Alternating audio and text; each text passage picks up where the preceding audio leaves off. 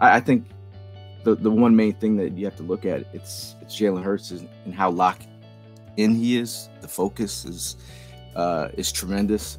I also saw one of the beat reporters trying to like get a quote out of him, and like, are you satisfied now that you've shown what you can do against Carson Wentz? He's like, nah, it's not about that. It's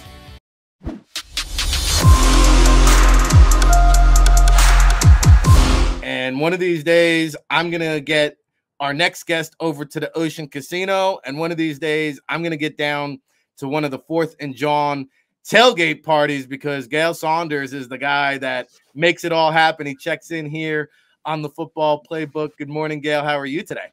What's going on? RAC in the place to be. I'm glad to be here, man. Yeah, man. We're chopping it up, breaking it down. I know, it's funny. We had some Commanders beat writers on last week, and they kept telling us about how the visiting crowd, or how the stadium might turn into a Philadelphia crowd. And I heard, they were saying the bus loads are coming down by the dozens, and it might be 40 to 50% boo birds. And I said, I bet my buddy Gayle Saunders has a thing or two to do about that. So hats off to you, my friend. Tell us about the tailgate experience. How many bus loads did you have going down there? We had about 20 buses come down. We had over close to 1,100 fans down there partying with Philly Sports Trips. We teamed up with them. It was a great vibe, great experience. I think the whole vibe just starting. Being in the city a couple of days earlier, Washington fans were checked out. They were checked out from the very get-go. I got a chance to get in there for warm-ups right before the game, and it was from warm-ups to the fourth quarter. Eagle fans were booing the Commanders, and you could see the look on their faces. It's a weird experience when you get to see the takeover and process for both sides. Like, you'll see new Eagle players look at the crowd like, I can't believe all these fans are here. But it was about 70-30, 60-40. They were giving it to them all game long. It was a great home field experience, and I thought it was a great job for the fan base and the team to come together. They put on a dominant performance, and I really felt like the Eagles took this one personal. Yeah, no, it was phenomenal. It was so fascinating to watch, even from home. Like, at halftime, the Eagles are booing the Commanders off of their own field. Like, I've been talking intros too. Intros to the game. They were getting booed. The players were like, "This is our own home turf here." And even on the around the stadium, they had like the Washington Commanders were putting in these messages like, "Defend your home ground." And I was like, You got to do that for your home fans? Weak sauce. That's weak sauce when you got to remind your fans to defend your own turf. That's what I say. Gayle Saunders here, 4th and John, one of the best Eagles websites out there. So I don't know if you noticed it or saw last night, the Cowboys fans like took over the Meadowlands. I thought the crowd noise there was like 50-50. It was supposed to be a whiteout for the Giants. I saw a lot of white Cowboys jerseys and Cowboys fans too last night. So I don't know if you picked up on that. Yeah, they usually, when the Eagles get there, they usually take over that stadium. I've been there about at least 15 times, and probably 80% Eagles have taken over the stadium. So I'm surprised they couldn't handle Cooper Rush. Yeah. The undefeated Cooper Rush now 3-0 as a starter. Yeah. Hey, maybe the Giants need a starting quarterback. Maybe Cooper Rush will be starting for the Giants next year. And Daniel Jones, his performances are so predictable that you know that the turnover's coming in the fourth quarter when the game's on the line. He'll get you rushing yards. He'll make some plays here and there, but at the end of the day, it's inevitable. Daniel Jones, who he is who he is. Yeah. Something that wasn't predictable, though, was that Jalen Hurts performance. And, I've been singing his praise all season long. I don't think anybody could have saw that kind of performance. I don't think anybody would have told you after 3 weeks Jalen Hurts would be your leading MVP contender or one of the top 3. But here we are. I mean, he's doing things that have never been done in the history of the National Football League. And still, Gayle, you still got people saying, he really hasn't beaten anybody quality. I mean, give me a break. I mean, they'll look for anything. They'll look for ball placement issues. They'll look for anything that they can hang their hat on. At the end of the day, like supporting your quarterback, I don't know why it's been an issue in Philadelphia as of late, but I think the one main thing that you have to look at it's Jalen Hurts and how locked in he is. The focus is tremendous.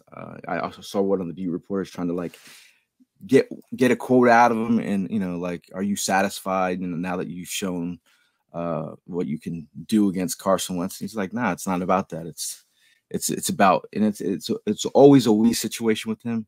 It's not about I. It's about the faceless opponent, and he lives in that coach speak world, and that's not a lot of players. Some will talk the talk, but not walk the walk. He's all about that. I met with one of the Eagles PR folks at the Eagles Autism Challenge, and he was like, I said, what is it like?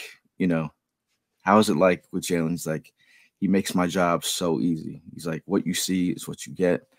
I think it's resonated in the locker room. It started years ago, but I think everyone's believing in the standard that the Eagles are trying to portray out there. It's a real thing. I think there's a really good vibe, starting with, just keeping it light with the Darius Slay to the old wild veteran and, Brandon Graham, a guy, 3 sacks. This guy's playing out of his mind as well at his age. It's a perfect blend of the youth movement and veterans. And they got some really great playmakers in here. I mean, this is to watch the wide receivers in Philadelphia succeed at the catch point and dominate at the catch point. High point balls, making ridiculous catches. The league is on notice. They've seen the flashes. It's real. No, it's all coming together. It's couldn't have gelled any more beautifully. And I said it last segment, the Eagles are actually favored in every game the rest of the season.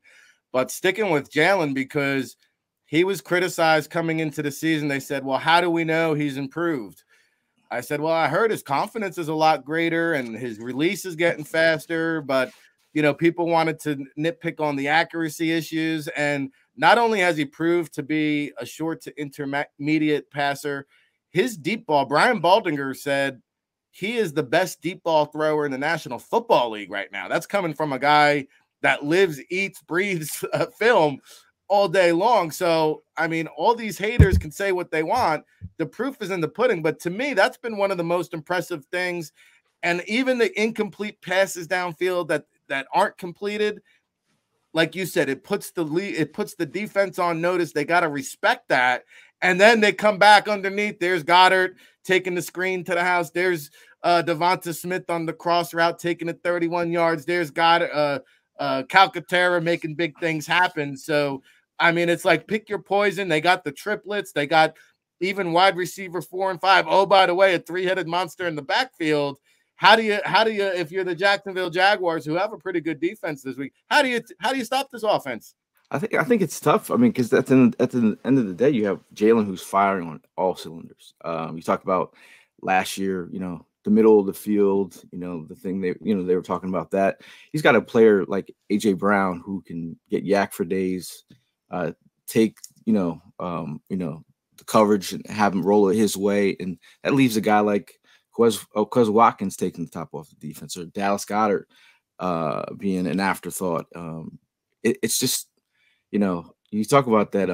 I think his ball placement on these deep throws are amazing. I think he's done the little things. That's what a lot of people aren't really talking about. The nuance to his game, his footwork, marrying his footwork to his presence in the pocket, and just the trust factors there. He's been locked in. He's been dialed in all off season from what I've heard. He turned down a lot of big opportunities to do other things outside during the off season, but he stayed home and really just did his work. And that's the little things that it's not sexy. It's more mental preparation, technique, and fundamentals. His footwork is phenomenal. I think he's made a rise that a lot of people were doubting that he could get there. And one thing that I never doubted was his mental capacity to just lead this football team and become a better player. Yeah, and they're still doubting. We're talking to Gayle Saunders here, 4th and John, on the Football Playbook with Ric Serritella. So, it's Coach Sirianni said it's almost like he's the son of a football coach. He was joking in the press conference, right? And it's interesting because on the broadcast of Monday Night Football, Troy Aikman was talking about Saquon Barkley. They had talk in the leading up to the game, and Barkley had said something about his confidence was down last year, and he didn't have the confidence. And people don't realize how important that is, especially at the quarterback position. And everybody that I knew connected to the team was telling me Jalen's confidence is at an all-time high. Jalen's confidence, and you saw him call that big audible, and he made a big play there. So, I mean, there's so much to talk about. We could spend the whole segment on Jalen Hurts, I'm sure, but let me shift gears a little bit to the defensive side, because I did see a quote from Hassan Reddick. He said, "We're nowhere near where we need to be yet." Coming off of a 9-sack dominant performance there by the defense. I was hoping for the shutout, but I mean, you're 3-0. The pressure got dialed up, I think 36.5% of the time, from week 1, where it was 16%. We've seen it jump from week to week to week. Reddick, was kind of off to a slow start. What do you make of Reddick's role? What do you make of the defensive line rotation? And he says they're nowhere where they need to be. What is it, Gayle, exactly that they need to get better at? Well, I think it's at the last 2 games, you're talking about giving up 7 points in both games. You're talking about a dominant performance, and knowing that they haven't played their best yet. You talk about the offense carrying them in the first game. The defense didn't get it together in the first game. But my thing that I was always saying, I was like, just let them settle in. I feel like they've settled in. I think the combination of Bradbury and Slay, I spoke to Brandon Graham in the offseason. He said, Bradbury is one of the guys who picked up this defense fast. Like, he is a smart dude. You see what they're doing, the combination of and the other Avonte Maddox, another guy who's not talked about enough. I think all the trio of those guys are really solid. I think Chauncey Gardner-Johnson, he's coming into his own as well. Epps has taken that step as on the back end as well. He's also a little thumper, but I think that rotation. I think they're still figuring it out a little bit, but I think as you're seeing Jordan Davis get some pressure in there early. I think right off the very first couple drives, he was in there creating pressure. I think Hassan Reddick he's trying to find that role, but I think he's getting that pressure. I like what he's bringing to the table. Fletcher Cox talked about not getting in his own way as he might have been in the past. That's kind of like giving some insight to where he feels like he's having fun again. And that's one of the reasons why coming back with this whole unit, it's so deep. When you have guys like Tuipulotu on the back end, who is like giving you meaningful snaps, and they're like, who is that? Like some other fans that aren't dialed in, they're just like, who is that? And I'm like, he's another guy that's in there as well. But I think Milton Williams is in the mix. Yeah. I mean, it's a great defensive line, and that's at the end of the day, I could feel confident about the trenches. I mean, they did pour 6 million between the offensive line and defensive line, so that's where the Eagles are making their money. You could talk about the skilled players all you want, but the trench warfare has been tremendous, man. They're really carrying this football team. They're very solid. And they have solid backups. So when the first front line gets tired, you got bad boys coming in off the bench ready and hungry. Yeah, no doubt. And I think Jordan Davis is a guy that's just going to get better as the season wears on. I think his role is going to continue to increase. And by the time you get to playoff football, I think Jordan Davis is going to be the X factor of this defensive line, because he brings that fresh legs, the energy, the strength, the power, the size. I mean, this kid, there is no ceiling on what he can do. It's just a matter of coaching him up to be able to do it. And that's something I spoke to him at the Maxwell Club. I said, Jordan, what do you think about all these people saying you can't get after the quarterback? He's like, I hear you. Like, that's what I've been doing all off season, is working on getting better. So he's got that Mamba mentality. You mentioned Avonte Maddox. To me, that was my favorite play of the game on the fourth down, where he just rocked Logan Thomas on that fourth and goal stop. And to me, that basically was kind of how the game went. Like, you might get close, but we're going to shut you down. And you mentioned the defensive front. Nick Sirianni praised the trenches in his press conference. We talked about the great secondary. It's almost like guys, and TJ Edwards was one of those guys in on the Jordan Davis sack, but it's guys like TJ Edwards and Kaiser White. The Eagles haven't had stellar linebacker play in recent years, but they're playing at a very high level. But this whole defense is playing so well. It's guys like that are kind of going unnoticed. Yeah, that was actually my next point. I was like, I can't forget to mention Kaiser White and TJ Edwards. TJ Edwards is a guy who's, he's worked his way from, undrafted free agent, practice squad to finding a role on this team, to earning a contract. He's really, at the end of the day, this is what you want from veterans that are on your team, that you drafted Nakobe Dean. Everyone's like, where's Nakobe? It's really, TJ Edwards, took that personal. Like, and I like that. And he showed up. He's been running around the field. They called him a 2-down thumper coming out of Wisconsin, but like you make your money, being as a linebacker playing on third downs. And I think him and Kaiser White have been a sound group. They have a great front in front of them to protect them at times. So I think, but with their speed and their ability to come down and play downhill, that's what you like to see. And I think Nakobe Dean, for all you Nakobe Dean stands out there, like, patience, young Padawans. I mean, he's going to be okay. Like, he's in an incubator system with a lot of great dogs. And, as much as Jordan Davis is coming into his own, like, again, he's around a lot of great guys, and Javon Hargraves, Brandon Graham, Fletcher Cox. He's downloading all the moves that he needs to be learning. I think once he gets to that level, just like you said, down the road, he's going to be an X factor. No, I love the analogy, and it's just a great luxury that the Eagles have. And I would argue now TJ Edwards has become a 4-down player because he's playing special teams. He gets, 7 to 10 special team snaps a game in as well. So from your starting middle linebacker, Gayle Saunders here on the Football Playbook with Ric Serritella on this Tuesday, September 27th. A terrific first place Tuesday, by the way. I want to pick your brains, though, on the special teams, Gayle, because this is the one area, if there is a weakness, I would say it's special teams. And I don't want to call it a weakness, but offense is clicking, defense is clicking. They got some decisions to make here. And, you were at the game, so you probably didn't hear the broadcast that kept calling Covey the human crash test dummy, because as you saw, he was taking some big-time hits. I noticed that there was early on in the game, Devonta Smith was back there fielding a punt. I remember week 1, A.J. Brown was back there fielding a punt.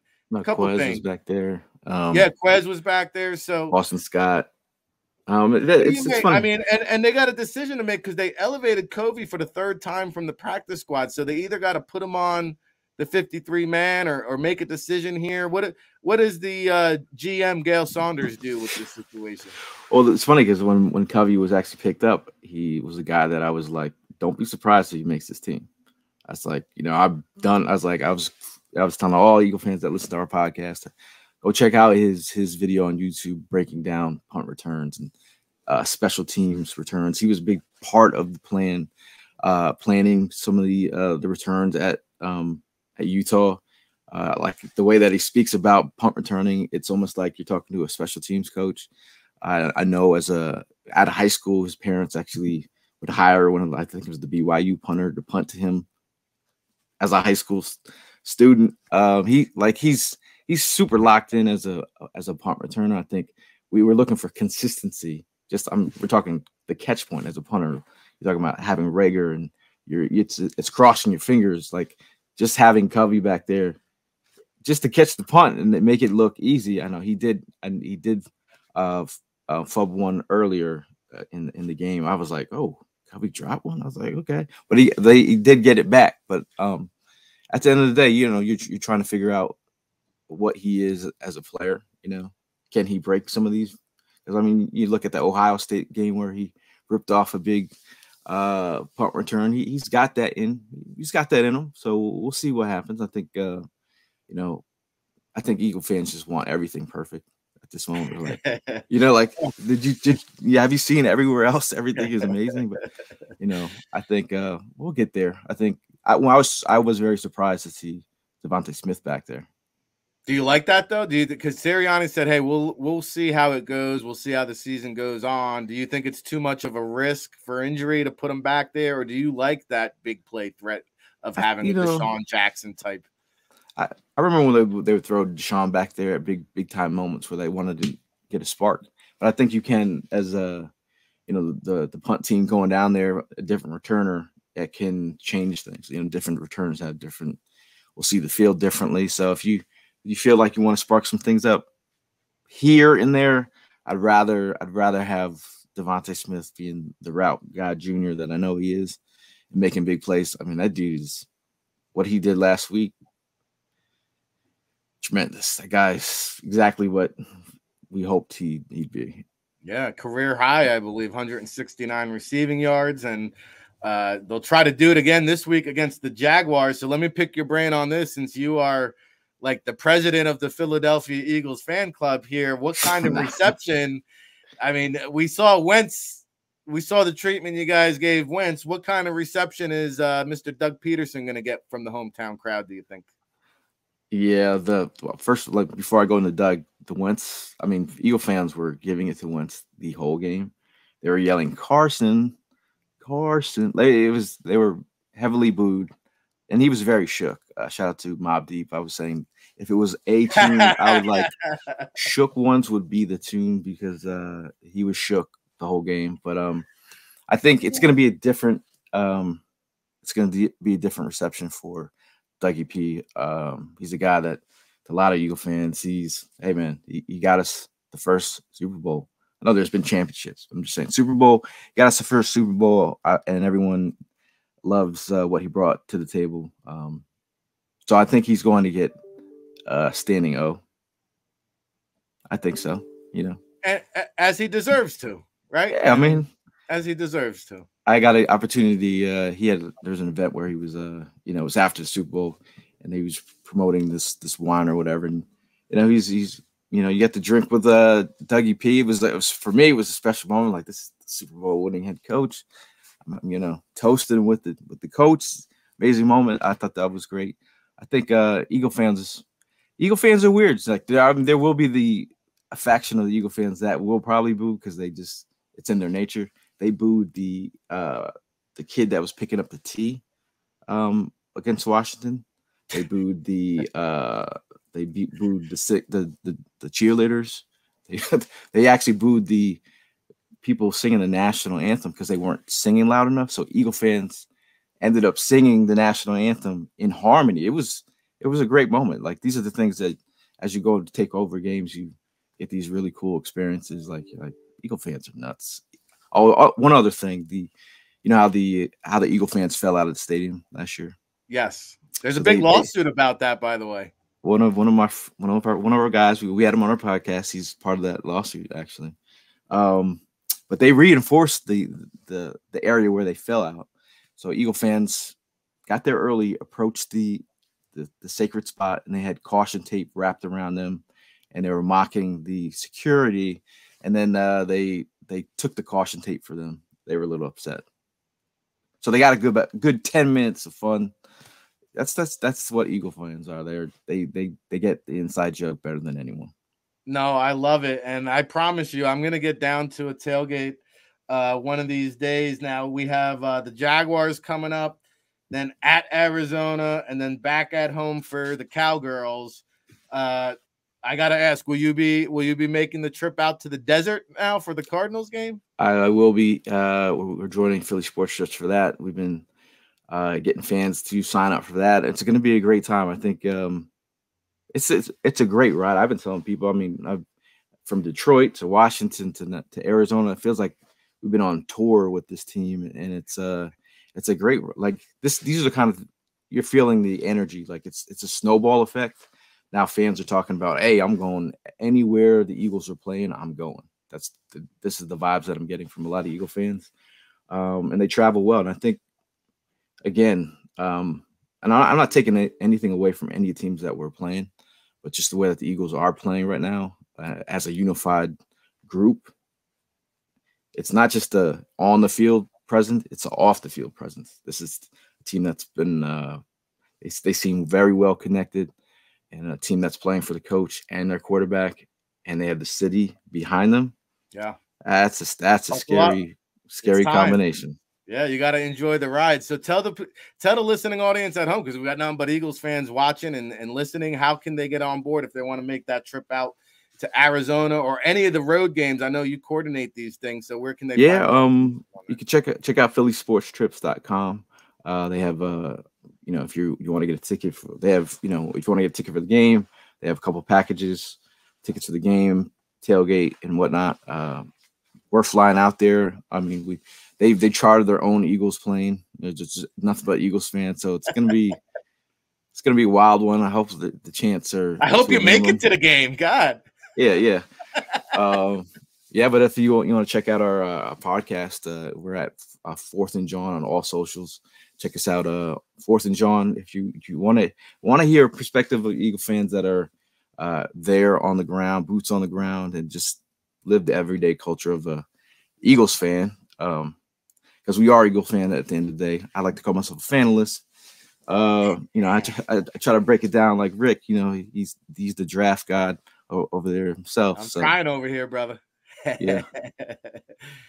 Well, that's why we have you on, man, and I appreciate the insight. I love hearing the stories from, like you said, boots on the ground. And I know we got to get you out of here, but before we do, and I promise all of our Eagle fans will have Gayle Saunders back. Make sure you go listen to the podcast, 4th and John. But we do got to get a prediction from you on the books here for this upcoming Jaguars game. I thought it was surprising they opened as a touchdown favorite with the way the Jaguars just took the Chargers to the woodshed. It's come down now, I think, down already to 6.5, 6 points. How do you kind of see the outcome here? I'm gonna say I mean, they've been putting up points. I'm gonna say 30. I'm gonna go 30-17. Okay, there you have it. Official prediction on the records. I'm not even like it's. I love what I see from this team. I really. That Jaguars team lost to Washington. Yeah, they beat a Colts team that's not super impressive. But they did beat the Chiefs, the Colts. Okay, and then the Chargers were missing some players, and then their quarterback's been beat up. I'm not going to take it away from them. They did what they did. Yeah, starting a little culture. I like the culture with Dougie P. So you're saying they didn't really beat nobody? I mean, now you got to see the Eagles. Now you got to see the Eagles. Like, this is a complete team right now. No doubt. Come check the Eagles. No, we appreciate the time. That's Gayle Saunders, everybody. 4th and John.